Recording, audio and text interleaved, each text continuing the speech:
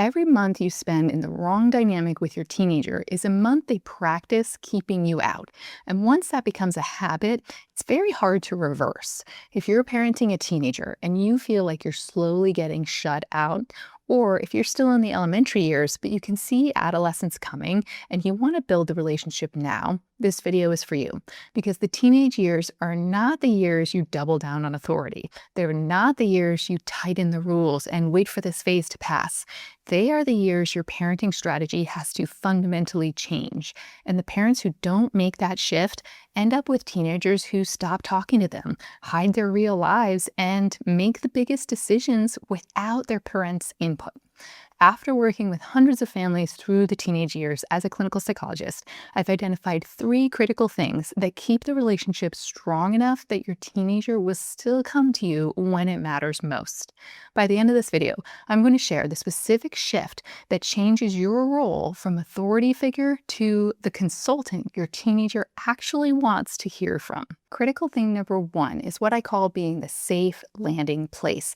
And most parents of teenagers believe that they would be supportive if their teenagers came to them with something hard. But their teenager doesn't know that because the signals they're sending day to day suggest otherwise. Every time a parent weaponizes something a teenager shared in a vulnerable moment, well, you told me yourself that you struggled with that. They bring that up in a later discussion and an argument. The teenager logs it. Every time a disclosure is met with immediate advice, interrogation, or panic, the teenager decides not to tell the parents the next thing.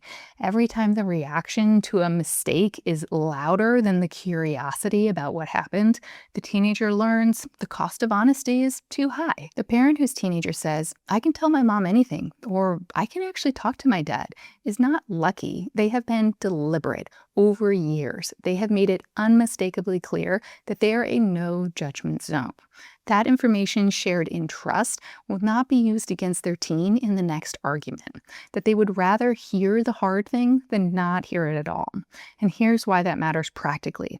You cannot keep your teenager safe from what they're hiding. You can't offer guidance on something you don't know about, and you can't course correct a decision you find out about 3 months after it happened.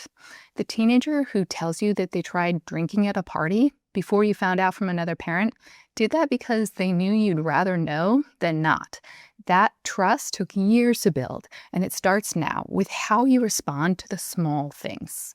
Critical thing number 2 is rupture and repair, and I want to start by normalizing something. Conflict with teenagers is very common and expected to some degree. If you're having hard moments with your teenagers, that is not evidence that something is broken. It is evidence that you have a teenager. The question is never whether rupture will happen. It will. The question is what you do after. Most parents handle the aftermath of a conflict with their teenager by either waiting for it to blow over or by issuing a consequence and moving on. What almost no parent does, and what has the most profound effect on the relationship, is come back after the dust settles and own their part.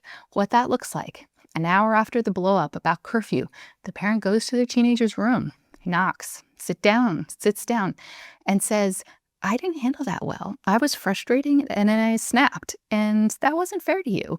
I want to talk about curfew when we're both calmer."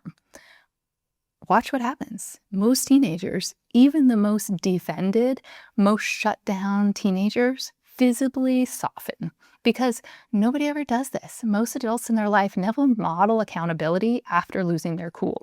When you repair after the rupture, you are not just fixing the argument, you are showing your teenager exactly what healthy relationships look like after conflict. That accountability is a sign of strength, not weakness. That love doesn't disappear when things go wrong. That the relationship is more important than being right. The repair is more important than the rupture, every time. Inside my free workshop, I walk parents through the complete 5 C's framework, and the Check Yourself C is built almost entirely around what we've been talking about: your own regulation, your own triggers, and how your responses in the hard moment either opens the relationship or closes it. Register for free at drlindsayemmerson.com/workshop, and I'll link to it below. Now, critical thing number 3 is the most significant shift in the parent's role. And most parents either make it too late or don't make it at all. Your job during the teenage years is not to be the authority figure who tells your child what to do. It's to become the consultant that they actually want to hear from.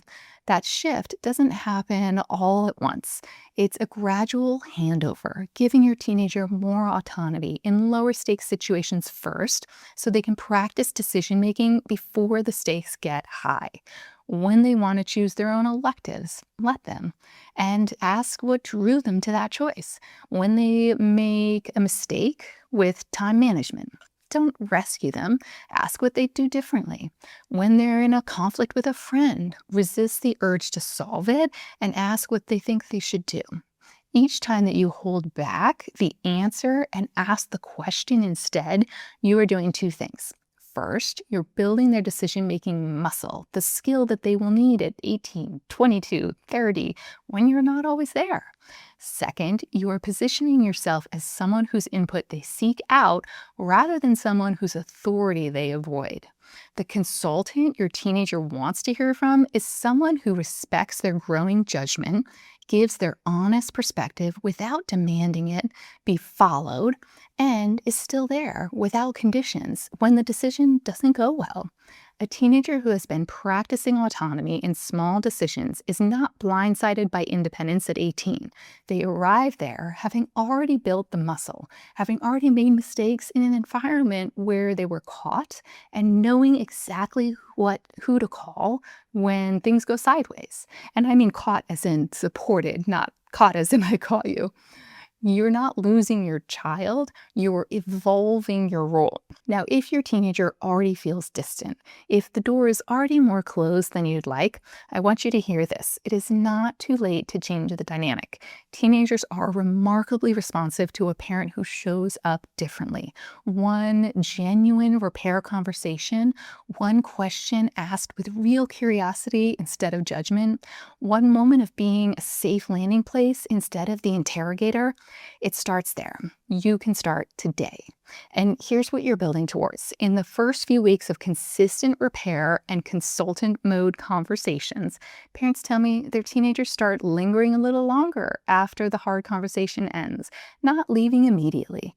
By the end of the teenage years, if you've been intentional about 3 things, you will have an adult child who calls you when things get hard, not out of obligation, because you were the safe landing place for long enough that it simply became what they do. So picture this, your child's 24. They're living their own life, making their own decisions, some good, some hard.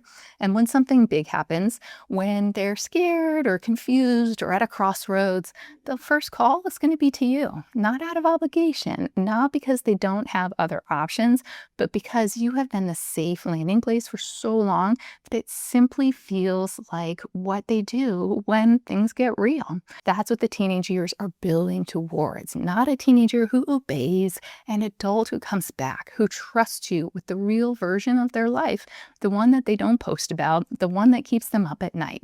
Knowing how to talk to teenagers, how to stay connected when they push you away, how to repair when you get it wrong, how to hand them down the wheel while staying close.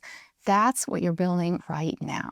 Now, if today helped you to see the teenage years as a relationship to protect rather than a phase to manage, I'd love to go deeper with you. My free workshop walks through the complete 5 C's framework, including the check yourself strategies that help you to stay regulated enough to be the parent that you want to be in the hardest moments. Register for free at drlindsayemmerson.com/workshop, and I'll link to it below. Now, comment open below if you want to be the parent your teenager actually talks to. I read every single comment. And if you want to go back to the beginning of this series, I'll link to video 1, 3 critical things every new parent should know, right here and in the show notes below. Because everything we talked about today, the safe landing place, the repair, the gradual handover autonomy, it all started in the first year of your child's life. And many of us with teenagers have younger kids. So it might be the right time for you to watch that video as well. That foundation goes further back than most parents realize. Keep up the good work on your amazing parenting journey.